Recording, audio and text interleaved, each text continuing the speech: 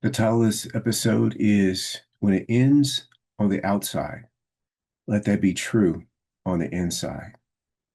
And what I mean by that is oftentimes people go through a transition in life. Sometimes it's one that they choose, sometimes it's one that might be chosen for them.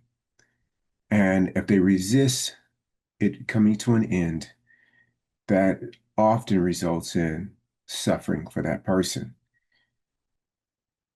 10 plus years ago, when we had something that occurred within ToBeRe, and which resulted in several people choosing to leave ToBeRe, to disconnect. I made it a point. I was really clear that I didn't want to suffer through that. My had and so I accepted them leaving. So when people wanted to leave, I let them leave. Not only on the outside, which of course I have no control over, but on the inside, I could have hung on. I could have resisted letting them go on the inside. And what would have anchored them on the inside would have been Keith 1.0 or my ego, listing all the ways that I had shown up for them over the course of the time that they were a part of the community.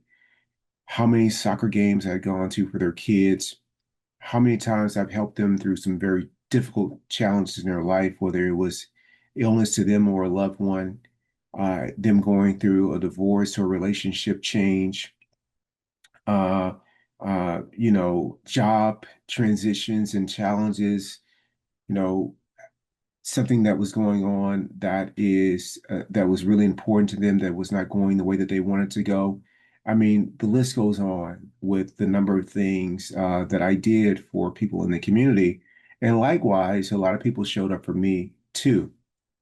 And so, but I didn't do any of that. I didn't go back and check the records or the logs to see what the scoreboard said about how I contributed to them disproportionately in relationship to how they contribute to me. I didn't do any of that.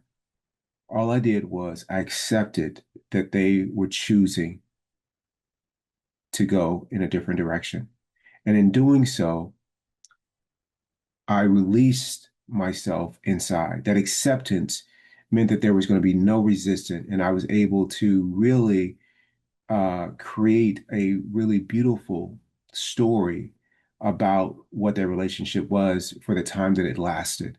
And that was the story that I created was that while they were here, they helped, you know, build a community. They poured into it with their presence as well as they helped it financially. And I will forever be grateful for that.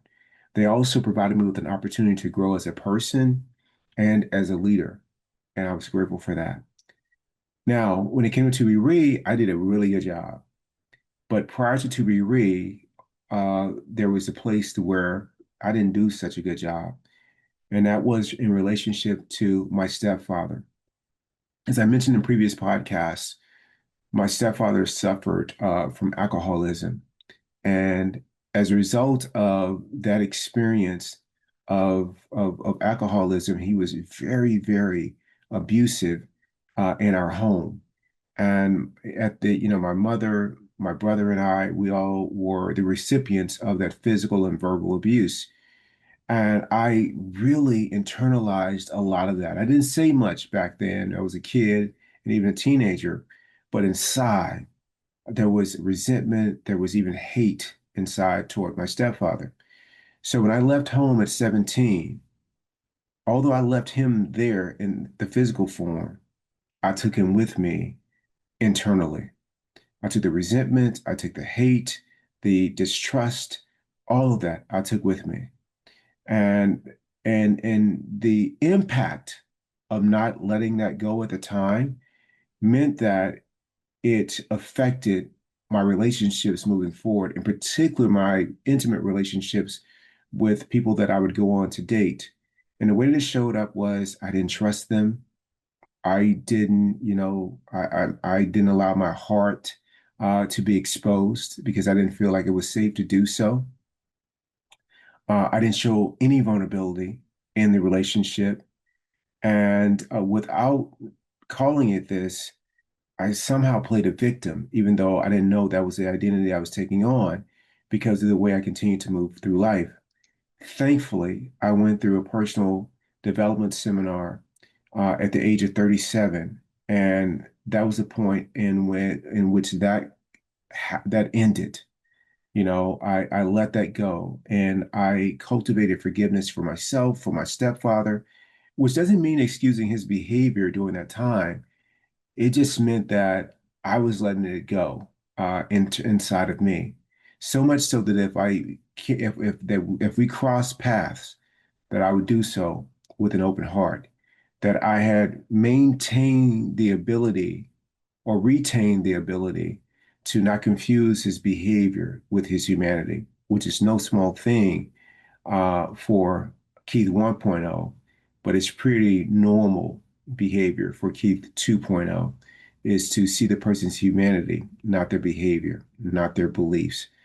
So thankfully, that worked out for me. And so wherever you are in your life, if you've gone through a divorce and that relationship is ended, let it go inside. When you and your partner choose to transition out of their relationship, I mean, truly let it go, even if it was not exactly of your choosing. And what you'll find is that you will really see the suffering dissipate in your life, and it will be replaced by something different.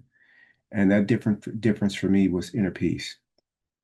If you have a job in which you felt like you were wronged in terms of how that particular experience ended, let that go too. And in doing so, and by doing so, you let go of any limitation for you experiencing other thoughts and ideas, and you unleash creativity that's not being blocked by that previous experience or your narrative about it. And so these are all choices, but they really need to be intentional. And if you do so, what you'll find is you will be free to actually live. So, but if you choose not to, what you are by default choosing is to suffer. So again, when something ends on the outside, let it be true on the inside.